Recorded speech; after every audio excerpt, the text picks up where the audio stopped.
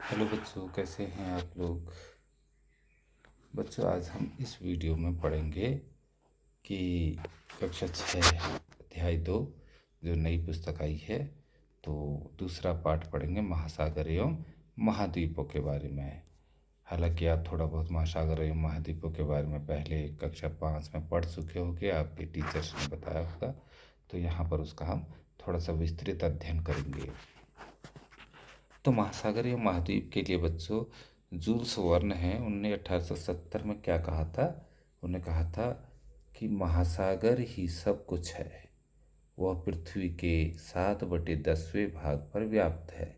कि महासागर जो है वही सब कुछ है, यानी कि सारा इकोसिस्टम महासागर में चलता है और जीव जंतु प्राणी पौधे सब यहाँ रहते हैं। यह पृथ्वी के 7/10वें भाग पर व्याप्त है, यानी कि कितना परसेंट, 70% हो गया। 70% पानी जो है धरती में, जो है पृथ्वी में हमारे यहाँ है। इसकी श्वास शुद्ध एवं स्वस्थ है। यह विस्तृत निर्जन स्थल है, बिल्कुल निर्जन स्थल, जहाँ मानव कभी अकेला नहीं हो सकता, क्योंकि यहाँ अनेकों पशु पक्षी प्राणी रहते हैं, अनगिनत, जिनका जो है अभी तक वैज्ञानिक जिनके बारे में जानकारी कलेक्ट नहीं कर पाए हैं। ऐसे पेड़ पौधे और वनस्पतियाँ और जीव जंतु यहाँ रहते हैं, क्योंकि यहाँ पर जीवन का अपने आसपास ही अनुभव करता है। महासागर प्रकृति का विस्तृत भंडार है, ठीक है। इससे ज़्यादा हमारे पृथ्वी में कुछ है नहीं महासागरों से बड़ा। दूसरे शब्दों में कहें तो संसार का आरंभ महासागरों से हुआ है, और कौन जानता है कि इसका अंत इसी में न हो। तो ये कह रहे कि संसार का आरंभ जो है महासागरों में ही हुआ, यहीं से जीवों की उत्पत्ति हुई, पेड़ पौधों की उत्पत्ति हुई, ठीक है। और आगे कहा है जूल्स वर्न ने कि कौन जानता है कि जब धरती समाप्त हो रही हो तो उसका अंत भी महासागरों में हो, यानी कि यही महासागर पूरी धरती को निगल जाए, ठीक है। तो स्टार्ट करते हैं आज का पाठ। ये देखो बच्चों, यहाँ पर आपको जो है पृथ्वी का एक चित्र दिखाया गया है ना। तो इसमें आपको ये पूरा जितना एरिया जो है आपको दिख रहा है, ये नीले रंग का, ये सारा पानी है, सारे महासागर हैं। और जो ये आपको दिख रहे हैं छोटे छोटे भूरे रंग के, तो ये क्या है, भूखंड हैं, जिन्हें हम महाद्वीप कहते हैं। और ये वाइट कलर का जो दिख रहा है आपको, ये जो है यहाँ पर बर्फ़ हो सकती है, और ये वाइट कलर के जो है ये बादल हैं बच्चों, ठीक है। बादलों का दृश्य है। तो अब इसमें महत्वपूर्ण प्रश्न पूछा गया है। पहले, महासागर एवं महाद्वीप क्या हैं, ठीक है बच्चों। तो महासागर जो है पृथ्वी पर स्थित एक बड़ी जल राशि को हम क्या कहते हैं, महासागर कहते हैं, ठीक है। और महाद्वीप पृथ्वी को चारों भूमि का वो बड़ा भूखंड, जो चारों ओर से पानी से घिरा है, उसे हम क्या कह देते हैं, महाद्वीप कहते हैं बच्चों, ठीक है। अब महासागर या महाद्वीप पृथ्वी पर जीवन को, जिसमें मानव जीवन भी सम्मिलित है, किस प्रकार प्रभावित करते हैं। तो किस प्रकार प्रभावित करते हैं आगे पढ़ेंगे, ठीक है। तो ये जो है तस्वीर ली गई है अंतरिक्ष यात्रियों द्वारा, अंतरिक्ष से ली गई है पृथ्वी की तस्वीर। इस तस्वीर में आपको पूरा का पूरा ये अधिकांश भाग नीला दिख रहा है, और इसी कारण अंतरिक्ष यात्रियों ने हमारी पृथ्वी को नीला ग्रह भी कहा। कैसा ग्रह, ब्लू प्लेनेट या नीला ग्रह, ठीक है। तो नीला ग्रह कहा। अब ये ली गई फोटो है। अब देखते हैं आगे, पढ़ते हैं क्या लिखा है। कि आइए अब हम ग्लोब की ओर लौटते हैं और इसे धीरे धीरे घुमाते हैं। तो ग्लोब को अगर धीरे धीरे घुमाते हैं तो आप चंद्रमा से लेके पृथ्वी के चित्र को भी देख सकते हैं। आपको सबसे अधिक कौन सा रंग दिखाई देता है, सीधी सी बात है, ब्लू रंग, ब्लू कलर दिख रहा है, नीला रंग, ठीक है। निश्चित ही आपको नीला रंग दिख रहा होगा, परंतु यह क्या दर्शाता है, कि ये दर्शाता है कि जो है पृथ्वी पर पानी जो है बहुत अधिक मात्रा में है। ऊपर लिखा भी गया है 7/10 भाग जो है पृथ्वी में पानी है, यानी कि 70% भाग पानी है। इसका अर्थ है कि पृथ्वी की अधिकांश सतह जल से घिरी हुई है। वास्तव में पृथ्वी का 3/4 भाग जल से घिरा हुआ है। इसी कारण अंतरिक्ष से देखने पर पृथ्वी नीली दिखाई देती है। तो अंतरिक्ष यात्रियों ने स्नेहपूर्वक पृथ्वी को नीला ग्रह भी बड़े बड़े प्यार से नीला ग्रह कहा। तो ग्लोब पर हम सबसे बड़ी जल राशियाँ जो देखते हैं उन्हीं को महासागर कहते हैं, अभी बताया था मैंने। तो चित्र 2.1 में दर्शाए गए पृथ्वी के चित्र में आपको एक अन्य रंग भूरा भी दिखाई देगा।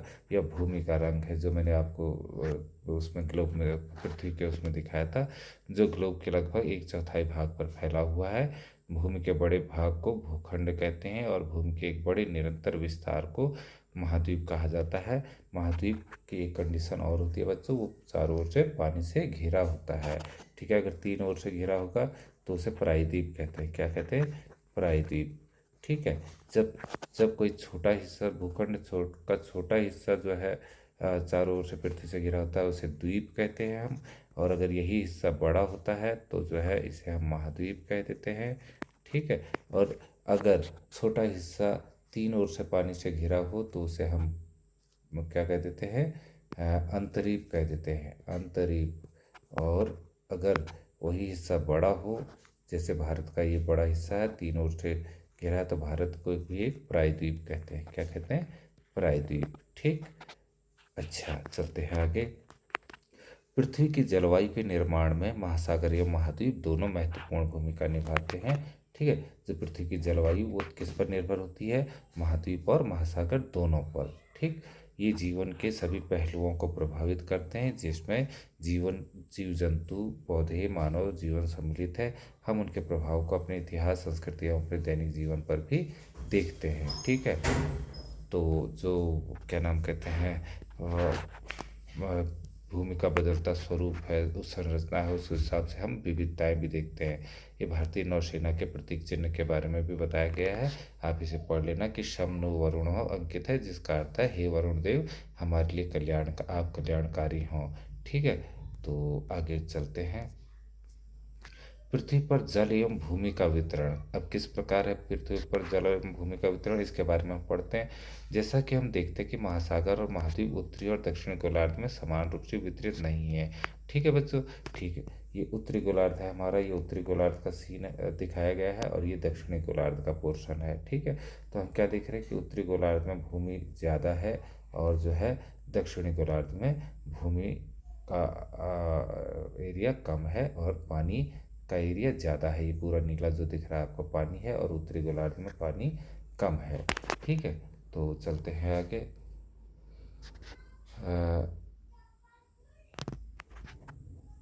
2.2 में दर्शाए गए दो मानचित्रों का परीक्षण करते हैं। यहाँ भी नीले रंग में महासागर एवं उनके छोटे छोटे विस्तार जैसे गागर, जैसे सागर, खाड़ी। ठीक है। सागर हो गया, सागर को वो आप सी कह सकते हैं। और खाड़ी जो है उसको क्या नाम कहते हैं? बे कहते हैं। और उससे भी बड़ा भाग जो है वो भी खाड़ी ही होती है, गल्फ भी कहते हैं उसे, आदि को दर्शाया गया है। आइए पता लगाएं। प्रत्येक मानचित्र में वृत्ताकार रेखाओं को क्या कहते हैं? तो प्रत्येक मानचित्र जो है आपका, जैसे कोई मानचित्र बना है ना, तो आपका मान लीजिए क्या नाम कहते हैं, ये हम थोड़ा सा ऐसे करके ऐसे बना देते हैं। ये है, मान लीजिए ये क्या है, भारत का कुल ऐसे करके मान लीजिए आप मानचित्र है। तो इसमें जो ये रेखाएं जाती हैं बच्चों, या ग्लोब देखते हैं हम। ठीक है। तो ग्लोब देखते हैं यूँ करके, तो उस ग्लोब के चारों ओर ऐसे करके जो रेखाएं हैं ये वृत्ताकार है। क्या है? वृत्ताकार है बच्चों। तो इनको कौन सी रेखाएं कहते हैं हम? अक्षांश रेखाएं कहते हैं। कौन सी? अक्षांश रेखाएं। ठीक है। और क्या आप जानते हैं कि दोनों ध्रुवों पर मिलने वाली रेखाओं को क्या कहा जाता है? तो जो ध्रुवों पर मिलती हैं यहाँ से मान लीजिए ये आपका पृथ्वी है, तो ये ध्रुवों पर मिलती है ना रेखाएं, ये कौन सी रेखाएं होती हैं? इनको कहते हैं हम देशांतर रेखाएं। क्या कौन सी? देशांतर रेखाएं। ठीक। तो आगे चलते हैं। इनके विषय में पिछले अध्याय में मैंने वीडियो बनाई है, आप उसे देख भी सकते हैं। किस गोलार्ध में अधिक जल है? तो हमने देखा कि किस गोलार्ध में अधिक जल है बच्चों? दक्षिणी गोलार्ध में, है ना, क्योंकि दक्षिणी गोलार्ध में भूमि बहुत कम है और वो जल बहुत ज़्यादा है। एक बार फिर आपको दिखाते हैं। देखिए ये है आपके सामने उत्तरी गोलार्ध, ठीक है, ये उत्तरी गोलार्ध है और ये दक्षिण गोलार्ध का चित्र है। तो नीला रंग जो है पानी को दर्शाता है, ये नीला पूरा पानी है। तो इसमें कम है, इसमें ज़्यादा है। दक्षिण गोलार्ध में ज़्यादा है और उत्तरी गोलार्ध में कम है। इसके बाद आपके अनुसार उत्तरी एवं दक्षिण गोलार्ध में जल एवं भूमि का अनुपात कितना होगा? तो आप समूह में चर्चा कीजिए। इसके लिए अनुपात में चर्चा कीजिएगा कि किस में कितना प्रतिशत जो है जल है, किस में कितना प्रतिशत है, ठीक है। क्या सभी महासागर एक दूसरे से जुड़े हैं या उनके बीच कोई विभाजन है? तो आप देख सकते हैं बच्चों की जो है सारे जो महासागर हैं, ये महासागर कहीं कोई महासागर अलग नहीं है, पानी से एक साथ जुड़े हैं, लेकिन उनका हमने सीमांकन किया है। हमने जो है उसका सीमांकन करके उनको अलग अलग नाम दिया है, वरना जो है सारा का सारा ही महासागर एक ही है, ठीक है। तो आगे चलते हैं। अब यहाँ पर कुछ चित्र दिए दिए गए हैं। तो ये चित्र जो है महासागर के अंदरों के हैं। ये प्रवाल भित्ति है, ठीक है। प्रवाल भित्ति चट्टानों पर चिपकने वाली एक प्रकार के वो होते हैं कि समुद्री जीवों का निवास स्थल भी होते हैं, ठीक है। और दूसरे में हम देख रहे हैं कि क्या दिखा रखा है यहाँ समुद्री यहाँ पर ये दिखा रखा है, ठीक है। समुद्री एनीमोन पर तारामीन, ये समुद्री एनीमोन है, ठीक है। इस प्रकार का जीव होता है जीव। तो ये इस पर ये स्टार फिश जो है यहाँ पर बैठी हुई है, स्टार फिश, ठीक। स्टार फिश भी एक मछली होती है, तारामीन कहते हैं उसे, या सितारा मछली भी कहते हैं, ठीक। और उसके बाद यहाँ पर दिखा रखा है आपको ये शार्क मछली है। कौन सी है? शार्क मछली को दिखाया गया है। और यहाँ पर आपके सामने डॉल्फिन दिखाई दे रही होगी आपको। यहाँ पर ये ब्लू व्हेल और उसका बच्चा दिख रहा है। और उसके बाद यहाँ पर आपको उष्णकटिबंधीय बहुरंगी मछलियों के साथ सतही प्रवाल भित्ति दिख रही है। तो इस रंगीन मछलियाँ हैं, थोड़ा सा गर्म इलाके में रहती है तो ऊपर सतह पर रहती हैं, इसलिए जो है उष्णकटिबंधीय बहुरंगी मछलियाँ नाम दिया गया है। इसके साथ ये शैवाल या एल्गी है यहाँ पर, ठीक है। वनस्पति होती है, समुद्र में पाई जाने वाली शैवाल है। और ये पेंगुइन मछलियाँ होती हैं, पेंगुइन कह सकते हैं इन्हें।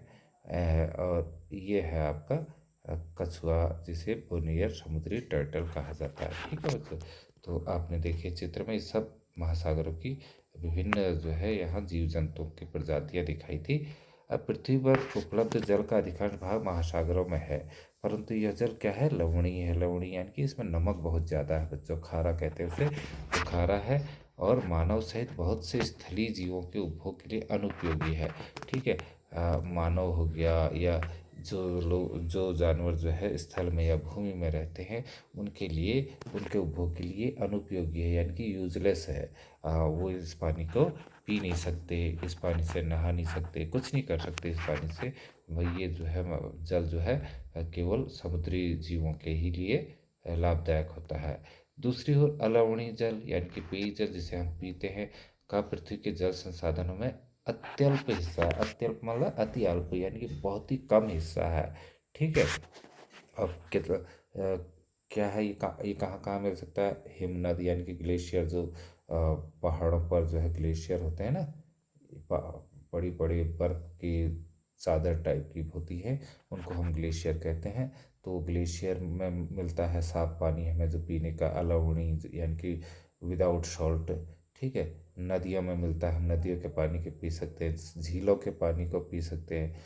वायुमंडल एवं भूमिगत जल के रूप में व्याप्त, तो वायुमंडल यानी कि आप जो बादल होते हैं, बादल के पानी को आप पी सकते हैं। भूमिगत जल जो जमीन के अंदर पानी होता है, वो पानी पीने योग्य होता है। बस इतना ही पानी हमारे पास पीने योग्य होता है, बाकी सब समुद्र में लवणीय जल होता है, या कि विदाउट पीने वाला, हमारे लिए यूजलेस, और जिसमें नमक की मात्रा बहुत अधिक होती है या खारा होता है। आइए विचार करें, जब पृथ्वी पर जल प्रचुर मात्रा में उपलब्ध है, फिर भी जल की कमी अथवा जल संकट की इतनी चर्चा क्यों सुनाई देती है? आपने बार बार सुना होगा कि जल संकट मचा है, कहीं पर हैंडपंप लगे हैं, कहीं पर जल नहीं आ रहा, नदियों का जल स्तर गिर रहा है। तो कारण क्या है बच्चों? देखो जल तो प्रचुर मात्रा में है, पृथ्वी पर जल प्रचुर मात्रा में है, लेकिन वो महासागरों में है। किस में है? महासागरों में, या सागरों में कह सकते हो आप, महासागरों में है। और उनका जल कैसा होता है? लवणीय होता है, नमक युक्त होता है, नमकीन या नमक युक्त, ठीक है, या खारा होता है, जिसे हम पी नहीं सकते। और पीने का जल मिलता है भूमि के अंदर या नदियों से या ग्लेशियरों से। ग्लेशियरों से तो पानी हम ला नहीं सकते, नदियाँ हर जगह हैं नहीं, ठीक है, नदियाँ हर जगह है नहीं। और कहीं कहीं पर भूमिगत जल जो है उसका स्तर बहुत ही नीचे होता है, जहाँ से पानी ऊपर निकालना बहुत मुश्किल हो जाता है। लगे होते हैं हैंडपंप, लेकिन वो भी पूरा नहीं हो पाता है, ठीक है। तो जल संकट की इतनी चर्चा इसलिए सुनाई देती है, और लोग बाग क्या, इसलिए हमें जो है तो जल के संकट की चर्चाएं सुनाई देती है। अब अगला है, जल संरक्षण के कौन कौन से उपायों से आप अवगत हैं। तो आप क्या क्या करते हैं बताइएगा अपने अपने इस कमेंट में, कि जो है आप जल संरक्षण के लिए क्या करते हैं। लोग क्या करते हैं, अधिकांश लोग जल संरक्षण नहीं करते हैं। अगर उन्हें एक बाल्टी पानी उनके लिए नहाने के लिए पर्याप्त है, तो वो वहाँ पर दो दो तीन तीन बाल्टी यूज़ कर देते हैं, जिससे हमारा पीने वाला जल खत्म होता है ना। और लोग सिंचाई हो रही होती है, तो सिंचाई खेतों के लिए सिंचाई कर में लाते हैं, तो उसको खुला छोड़ देते हैं, पंप को खुला छोड़ देते हैं। और जिससे जो है अत्यधिक मात्रा में पानी वेस्ट होता है। नदियों के किनारे या नलों के या झरनों के आसपास जो है गाय भैंसों को नहलाते हैं, पशु पक्षियों को नहलाते हैं, जिससे भी अधिकांश जल हमारा वेस्ट हो जाता है, ठीक है। तो इस प्रकार से नलों को खुला छोड़ देते हैं, नल जो है खुले रह जाते हैं, तो उससे भी हमारा जल जो है वेस्ट हो जाता है। या लीकेज करने वाले नलों का प्रयोग करते हैं, तो उससे पानी लगातार गिरते रहता है, इससे भी हमें वो दिक्कत आती है। तो हमें इन सब का उल्टा करना चाहिए, ठीक है। अच्छे नल लगाने चाहिए, और जितना पानी नहाने के लिए पर्याप्त है उतने से ही नहाना चाहिए।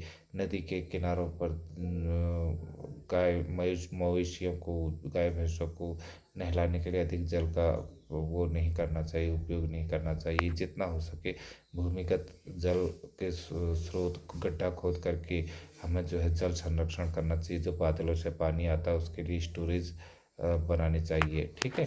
तो इस तरीके से हम अपने आसपास, अपने गांव, अपने घर, विद्यालय, उपनगरों, नगरों में जल संरक्षण कर सकते हैं। कई जगह आपने ऐसा देखा भी होगा, ठीक है। अब आते हैं, बात करते हैं महासागरों के बच्चों। तो महासागर क्या है? पृष्ठ पत्ती पर नीचे दिए गए चित्र 2.3 में विश्व के मानचित्र में हम 5 महासागरों को देख सकते हैं, ठीक है। 5 महासागरों को, अटलांटिक महासागर, हिंद महासागर, आर्कटिक महासागर एवं दक्षिणी अथवा अंटार्कटिका महासागर, ठीक। तो हमने यहाँ 5 महासागरों के नाम बताए हैं, जैसा कि मानचित्र से ये स्पष्ट है। ये वास्तव में अलग अलग नहीं है, महासागरों का यह सीमांकन प्रचलन से अधिक कुछ नहीं है। मैंने अभी बताया था आपको कि जो है 5 महासागर हमने यहाँ पर देखे क्या, अगर नहीं देखे तो नीचे देखेंगे। तो वो जो है सब एक दूसरे से जुड़े हैं, कोई अलग नहीं है। जैसे प्रशांत महासागर है, अटलांटिक महासागर, ये हिंद महासागर, आर्कटिक महासागर, इनका जो है हमने नाम रखा है, ठीक है। हमने इनका नाम रखा है, वास्तव में ये अलग अलग नहीं है। तो महासागर का सीमांकन प्रचलन से अधिक कुछ नहीं है, प्रचलित रूप में है, क्योंकि प्राकृतिक जगत में ऐसी किन्हीं भी सीमाओं का पालन नहीं करता। प्रकृति का पालन नहीं करती है कि हमारे कहने पे ये प्रशांत महासागर हो गया और इसे अलग कर दो, यहाँ पर जो है कुछ और महासागर हो गया, नीचे हिंद महासागर हो गया, और आर्कटिक महासागर हो गया, या अंटार्कटिक। इस तरीके से जो है ये महासागर अलग अलग नहीं बटे हैं, प्रकृति रूप से एक हैं, बस हमने उनका सीमांकन कर दिया है, ठीक है। तो हम्म, उदाहरणतः समुद्री जल विभिन्न महासागरों में बहता है, जो विविधतापूर्ण समुद्री जीवन को समृद्ध करने में सहायक है। तो हर महासागर में अलग अलग प्रकार के जीव जंतु सब चीज़ पाए जाते हैं। अनेक प्रकार के पौधों एवं जीव जंतु की विभिन्न प्रजातियां इन महासागरों में पाई जाती हैं। समुद्री वनस्पति जगत में छोटे पौधे एवं समुद्री शैवाल जो होते हैं, जो एल्गी होते हैं, सी एल्गी या सीवीड्स, तो वो सम्मिलित हैं। प्राणी जगत में हजारों प्रजातियों की रंगीन मछलियाँ, डॉल्फिन, व्हेल और अनगिनत रहस्यमयी गहरे समुद्री जीव, उनमें से कुछ हमने ऊपर देखे थे, वो सब इसमें शामिल है। सूर्य की रोशनी वाली सतह से, यानी कि जो ऊपरी सतह है उसमें सूर्य की रोशनी जाती है, लेकिन जो है समुद्र के नीचे, इतना नीचे, इतना गहरा है समुद्र कि उसके नीचे सूर्य की किरणें तक भी नहीं पहुंच पाती हैं। तब वहाँ भी विविध प्रकार की जीव प्रजातियां पाई जाती हैं। ये देखिए यहाँ पर आ गया आपको वो जो है 5 महासागरों के नाम थे। प्रशांत महासागर, अटलांटिक महासागर, हिंद महासागर, दक्षिणी महासागर और ऊपर आगा आपका आर्कटिक महासागर। ये 5 महासागर हो गए। उसी प्रकार यहाँ पर 7 महाद्वीप दिखा रखे हैं। उत्तरी अमेरिका, दक्षिणी America, Africa, Eurasia Eurasia Australia और अंटार्कटिका। इसमें यूरेशिया जो बच्चों है ये यूरोप से बना है। ये जो हिस्सा है यूरोप का है, ठीक है। और ये है एशिया। तो यहाँ पर हमें क्या है कि दोनों को ना दिखा करके यूरेशिया नाम दे दिया है इसे। तो अगर इस हिसाब से देखें तो ये 6 ही बच गए। 1 2 3 4 5 और 6, जबकि हैं 7। और अगर अलग अलग लोगों ने इसे अलग अलग दृष्टि से देखा। किसी ने एशिया को और इसको एक साथ भूखंड है यूरेशिया मान लिया, और उत्तरी अमेरिका और दक्षिणी अमेरिका का एक ही भूखंड है तो इसे एक ही मान लिया अमेरिका। ऑस्ट्रेलिया अलग कर दिया, अंटार्कटिका अलग किया, और अफ्रीका को भी कभी कभी इन तीनों को एक ही नाम से लिया जाता है, ठीक है। तो कहीं पर 4 दिखाया जाता है महाद्वीप, कहीं पर 5, लेकिन प्रचलन में जो है 7 है। देखिए यहाँ पर क्या है। अब इस तालिका को देखते हैं हम। नीचे दी गई तालिका में बताइए कि 5 महासागर किस गोलार्ध में अथवा गोलार्ध में अवस्थित है। तो प्रशांत महासागर आप देखिए यहाँ पर बच्चों, देखो ये हमारी जो है भूमध्य रेखा या विषुवत रेखा है, ठीक है। प्रशांत महासागर कहाँ है, देखो ऊपर, ये पूरा ऊपर फैला है। उत्तरी गोलार्ध में भी, दक्षिणी गोलार्ध में बहुत बड़ा, सबसे बड़ा महासागर है ये, ठीक है। तो इसका क्या लिखेंगे हम, यहाँ पर उत्तरी गोलार्ध में भी हम टिक करेंगे और दक्षिणी गोलार्ध में भी टिक करेंगे। फिर अटलांटिक महासागर को देखते हैं। देखिए अटलांटिक महासागर, अटलांटिक महासागर कहाँ है आपको दिख रहा है, बताइए कहाँ पर है। अटलांटिक महासागर सामने दिख रहा होगा आपको, ठीक है। ये विषुवत रेखा हमारी है ना। तो ये विषुवत रेखा, यहाँ पर ये पूरा का पूरा एरिया अटलांटिक महासागर का है। तो अटलांटिक महासागर क्या है, उत्तरी गोलार्ध में। तो यहाँ पर आप क्या करोगे, उत्तरी गोलार्ध में। हिंद महासागर का ये उत्तरी गोलार्ध में भी थोड़ा सा है हिस्सा, और बाकी दक्षिणी गोलार्ध में है। जहाँ पर भारत है हमारा, ये है इंडिया है ना ये। तो ये हिस्सा जो है इधर बंगाल की खाड़ी और अरब सागर, ये दोनों हिस्से हिंद महासागर के हैं। और ये हिंद महासागर दक्षिण गोलार्ध में भी फैला हुआ है, यहाँ ऑस्ट्रेलिया तक, ठीक है। तो ये इसमें दोनों में टिक करोगे आप, हिंद महासागर के लिए ये और ये। अब दक्षिणी महासागर, नाम से ये है दक्षिणी महासागर, तो दक्षिण गोलार्ध में होगा, तो दक्षिणी गोलार्ध में है ये, ठीक है। तो इसे हम नीचे दक्षिण गोलार्ध में टिक करेंगे। आर्कटिक महासागर, देखिए आर्कटिक महासागर ऊपर होगा उत्तरी गोलार्ध में, तो क्योंकि यहाँ पर उत्तरी गोलार्ध में है, यहाँ पर हम उत्तरी गोलार्ध करेंगे। क्या करेंगे, आर्कटिक महासागर के लिए उत्तरी गोलार्ध कर देंगे, ठीक है बच्चों। अब मानचित्र में देखने पर स्पष्ट हो जाता है कि प्रशांत महासागर सबसे बड़ा है, दूसरा सबसे बड़ा महासागर अटलांटिक है, और हिंद महासागर तीसरे स्थान पर है, जबकि दक्षिणी महासागर चौथे स्थान पर है। सबसे छोटा महासागर आर्कटिक है। तो इस तरीके से आप लगा सकते हैं अंदाज़ा। अगर महासागरों के नाम आपके से बताएंगे कौन सा महासागर सबसे पहले सबसे बड़ा है, प्रशांत महासागर, उसके बाद होता है अटलांटिक महासागर। अटलांटिक महासागर, तीसरा जो है हिंद महासागर है, ठीक है, हिंद महासागर। चौथा आपका कौन सा होता है, दक्षिणी महासागर, दक्षिणी महासागर। और लास्ट क्या है, आर्कटिक महासागर, आर्कटिक महासागर। इस तरीके से नंबर 1 सबसे बड़ा, फिर number 2, number 3, number 4 and number 5 है, ठीक है। तो आगे चलते हैं बच्चों। जैसा कि महासागरों के मानचित्र से स्पष्ट कि हिंद महासागर का विस्तार उत्तर में एशिया, पश्चिम में अफ्रीका, पूर्व में ऑस्ट्रेलिया एवं दक्षिण में दक्षिणी महासागर तक फैला है। मैंने बताया था आपको, ये उत्तरी से दक्षिणी गोलार्ध में फैला हुआ है। भारत के दोनों ओर हिंद महासागर में 2 भाग दिखाई देते हैं, ये भी बताया मैंने आपको, अरब सागर और बंगाल की खाड़ी। तो ये हिंद महासागर है हमारा पूरा, कहाँ तक फैला है, यहाँ तक फैला है ये पूरा, ठीक है। तो ये हम इसको हमने अरब सागर नाम दिया है, यहाँ बे ऑफ बंगाल या बंगाल की खाड़ी कहा, ठीक है। तो भारत का यह मानचित्र एक जैसा ही, किंतु इसमें अरब सागर और बंगाल की खाड़ी में हमारे जो है दो द्वीप समूह भी दिखाए गए हैं। देखो, अंडमान निकोबार द्वीप समूह और लक्षद्वीप दो द्वीप समूह, इनमें भी बहुत सारे द्वीप होते हैं। ठीक है, लगभग 1100-1200-1300 ऐसी द्वीप जो है भारत में हैं। ठीक है, तो इन सबको इसीलिए द्वीप समूह कहा जाता है। तो महासागर और आपदाएं, अब महासागर का आपदा से क्या रिलेशन है, क्या संबंध है, उसे देखते हैं। देखो, पृथ्वी के चित्र में फिर से देखिए, आपने ध्यान से देखा होगा कि पूरी पृथ्वी पर कुछ सफ़ेद आकृतियाँ दिखाई देती हैं। अनुमान लगा सकते हो क्या है, बादलों का विशाल समूह है। आपको मैंने पहले बताया था, ये बादल महाद्वीपों में वर्षा लाते हैं। उदाहरण के लिए भारत में होने वाली अपेक्षित मानसूनी वर्षा महासागरों से उत्पन्न होती है। ठीक है बच्चों, तो ये महासागर हमारा, यहीं से जो है मानसून उठते हैं।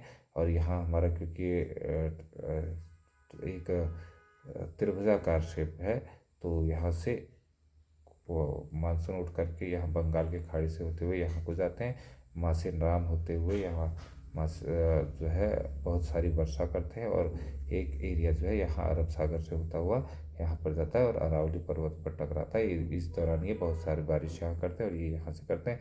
यहाँ से बादल जो है फिर उसके बाद इधर को आने लगते हैं, उत्तर की दिशा की ओर। यहाँ भी पहाड़ है, पहाड़ों से टकरा करके यहीं पर काफ़ी बारिश करते हैं उत्तर प्रदेश उत्तराखंड के एरिया में। और इस राजस्थान का जो एरिया होता है, इसे घेरने के लिए जा रहे होते हैं, लेकिन राजस्थान फिर भी प्यासा रह जाता है, क्योंकि यहाँ से अरावली पर्वत श्रेणी है, इसे मानसूनों से टकरा कर यहीं पर पानी बरसाने को मजबूर कर देती है बादलों को। और यहाँ पर भी पहाड़ है, तो ये भी इनका कुछ हिस्सा ही राजस्थान तक पहुँच पाता है। इस तरीके से जो है महासागर जो है रिस्पॉन्सिबल होते हैं, किसके लिए जिम्मेदार होते हैं, मानसूनों को लाने के लिए। ठीक,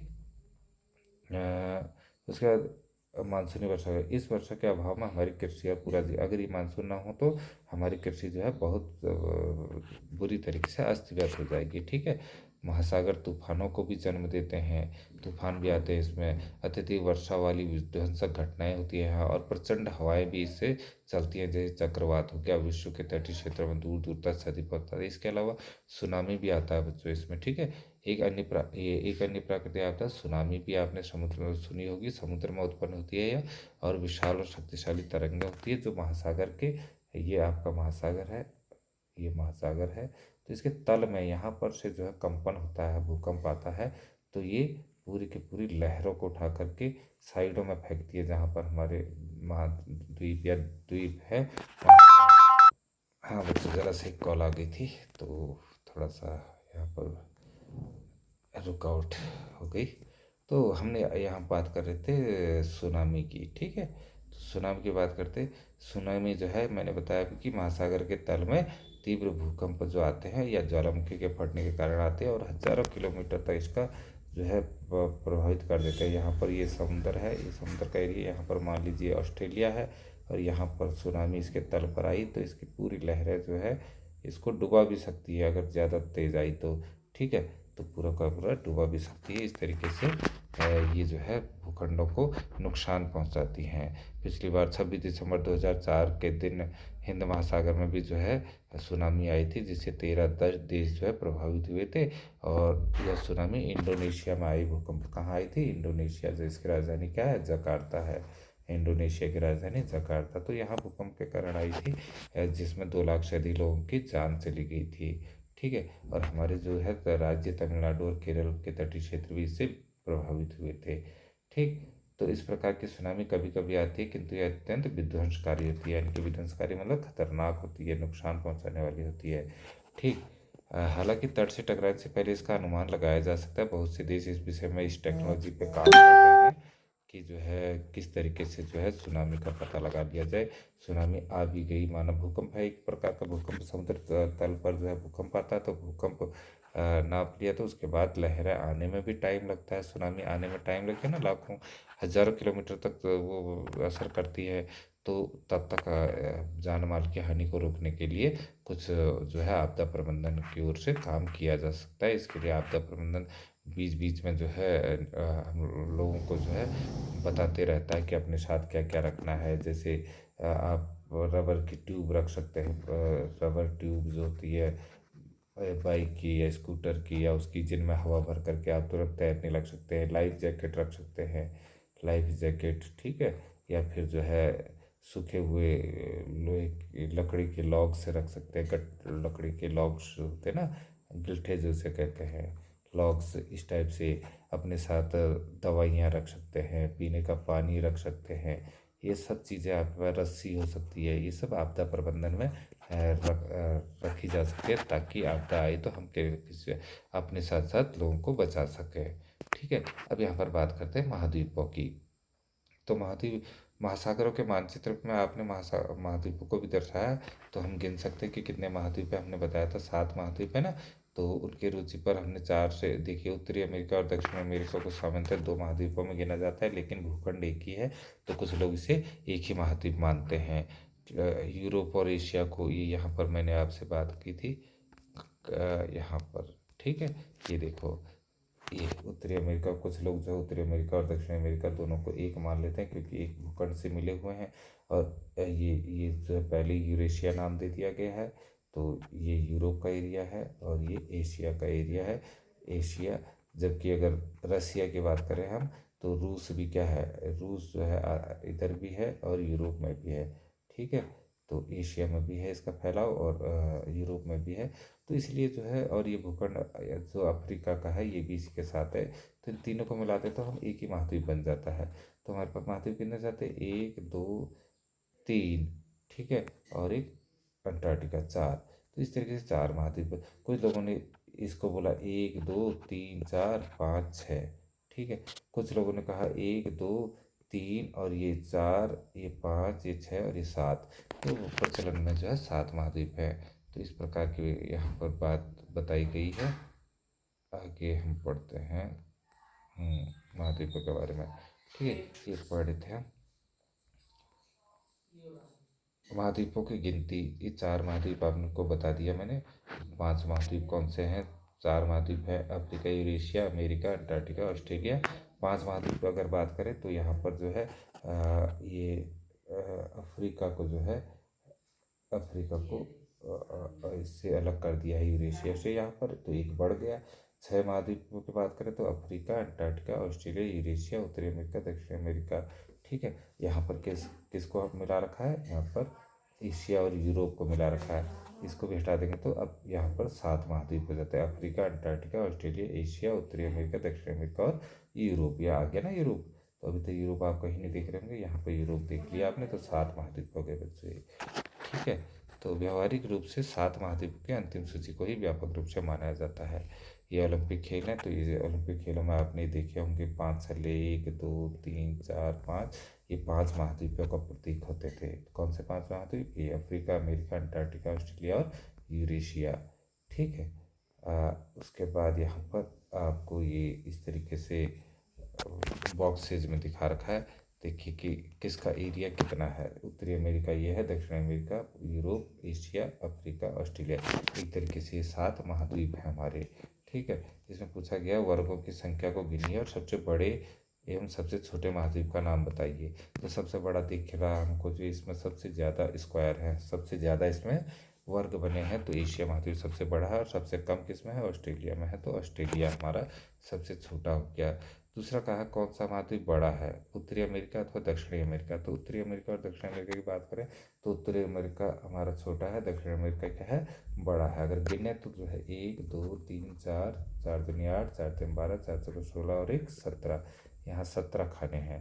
इसमें गिने तो 1 2 3 4 5 6, 6 खाने, 6 तिया 18, यानी कि इसमें 18, इसमें 17। तो हमारा दक्षिणी अमेरिका बड़ा है। इसके बाद क्या कह रहा है, अंटार्कटिका अथवा ऑस्ट्रेलिया। तो मैंने पहले ही बता दिया था कि जो ऑस्ट्रेलिया जो है हमारा छोटा है। देखिए 3 3 6 2 8 हैं इसमें। और अंटार्कटिका में देखें तो 1 2 3 4 5 6 7 8 9 10 11 12 13, 13 वर्ग हैं इसमें। ठीक है, तो आरेख में यूरोप और एशिया को एक ही रंग से भरिए और उसे यूरेशिया नाम दीजिए। उसके आकार की तुलना दक्षिणी अमेरिका से कीजिए। ठीक है, तो इसी यूरेशिया नाम देना है, बता रहे हैं। इस तरीके से मिला लीजिए इसे आप। ये अब इसकी तुलना जो है दक्षिणी अमेरिका से कीजिए कह रहा है, तो आप कर सकते हैं। और छोटे महाद्वीप से लेकर बड़े महाद्वीप तक की सूची आपको बना सकते हैं। आप इस प्रकार से बना सकते हैं। देखिए, सबसे पहले एशिया लिखेंगे आप, अफ्रीका लिखेंगे, दक्षिणी अमेरिका, उत्तरी अमेरिका, अंटार्कटिका, यूरोप और ऑस्ट्रेलिया, इस तरह से ये 7 महाद्वीप जो बन गए। ठीक है, बाकी बच्चों जो है यहाँ पर द्वीप मैंने बताया था, आपको पहले ही बता दिया था कि भूखंड का एक छोटा टुकड़ा जिसे जो चारों ओर से पानी से घिरा हो उसे द्वीप कहते हैं। इसमें ज़्यादा कुछ है नहीं। और महाद्वीप बड़े टुकड़े को कहते हैं। ठीक है, तो ये बाकी विश्व का सबसे बड़ा द्वीप ग्रीनलैंड है। ग्लोब में आप ढूंढिएगा उसे। और भारत में 1300 से अधिक द्वीप है। मैं 1200 कह रहा, 1300 से अधिक द्वीप है। ठीक है, तो जिनमें मुख्य रूप से 2 द्वीप है हमारे, कौन से, बंगाल की खाड़ी में स्थित जो है अंडमान निकोबार द्वीप समूह, और अरब सागर में लक्षद्वीप द्वीप समूह। ठीक है, उसके बाद महासागर और जीवन की बात हमने बता दी कि महासागर किस प्रकार से जो है महासागरों में जीवन व्याप्त है। अच्छा, उसके बाद हमारे दिन प्रतिदिन के जीवन में महासागर की महत्वपूर्ण भूमिका को याद रखने के लिए संयुक्त राष्ट्र ने 8 जून को विश्व महासागर दिवस के रूप में घोषित किया। आप तो ये याद कर सकते हो कि जो है 8 जून को विश्व महासागर दिवस मनाया जाता है। ठीक है बच्चों, क्योंकि महासागर जो है भोजन और औषधि के प्रमुख स्रोत हैं। मछलियाँ हम जो है इससे मछलियाँ प्राप्त करते हैं, जड़ी बूटियाँ और ब्लू ग्रीन एल्गी वगैरह शैवाल जो है वो भी इससे हम निकाल सकते हैं। और जैवमंडल के महत्वपूर्ण भाग के रूप में हमारे ग्रह के फेफड़े के रूप में कार्य करते हैं। ठीक है, जैसे फेफड़ा काम करता है उसी तरह के जैवमंडल किसे कहते हैं, जीवमंडल, जो जहाँ पर स्थलमंडल भी, जलमंडल भी, वायुमंडल भी तीनों होते हैं, उसे हम जैवमंडल कहते हैं। तो वहाँ पर ये इसके फेफड़े की तरह कार्य करता है। वैज्ञानिक अध्ययन से यह पता चलता है कि मानव की बढ़ती सामुदायिक गतिविधियों ने महासागर को प्रदूषित किया है। हम प्रतिवर्ष लाखों टन प्लास्टिक कचरा समुद्र में फेंकते हैं, जो समुद्री जीव जंतुओं का जीवन संकट में डालता है। इससे क्या होता है, जीव जंतु भी मारे जाते हैं, उससे फिर प्रदूषण फैलता है। प्रदूषण के और भी बहुत से प्रकार होते हैं। परिणाम स्वरूप समुद्री पर्यावरण का खतरा मंडरा रहा है। समुद्री पर्यावरण जो है, समुद्री इन्वायरमेंट जो है वो भी खतरे में आ गया है। और समुद्रों में आवश्यकता से अधिक मछली पकड़ना भी समुद्री जीवन के पतन का एक और कारण है। लोग खाते कम है लेकिन व्यापार उसका ज़्यादा करते हैं, तो इसलिए जो है यहाँ पर मछली पकड़ने का काम बहुत ज़्यादा होता है। तो हम सभी का सामूहिक दायित्व है। ठीक है, एक जिम्मेदारी हम लोगों की कि पृथ्वी और मानवता के भविष्य के लिए हमें महासागरों को बचाने का प्रयास करना चाहिए। ठीक है बच्चों, तो यही बाकी व्याख्या आप कर सकते हैं। इसमें महाद्वीप किसे कहते हैं, महासागर किसे कहते हैं, द्वीप किसे कहते हैं, ये मैंने आपको पहले ही बता दिया। मानचित्र आप बना लेंगे तो इसके साथ ही यहाँ पर ये पाठ खत्म होता है। ठीक है, अगर इससे संबंधित कोई शंका आपके मन में हो तो आप कमेंट बॉक्स में लिख सकते हैं बच्चों। ठीक है, तो यहीं पर वीडियो समाप्त करते हैं। जिन बच्चों ने अभी तक सब्सक्राइब नहीं किया वो प्लीज़ वीडियो को सब्सक्राइब कर लें और लाइक और शेयर इसे ज़रूर कीजिएगा। तो आज के लिए इतना ही करते हैं बच्चों। Bye bye.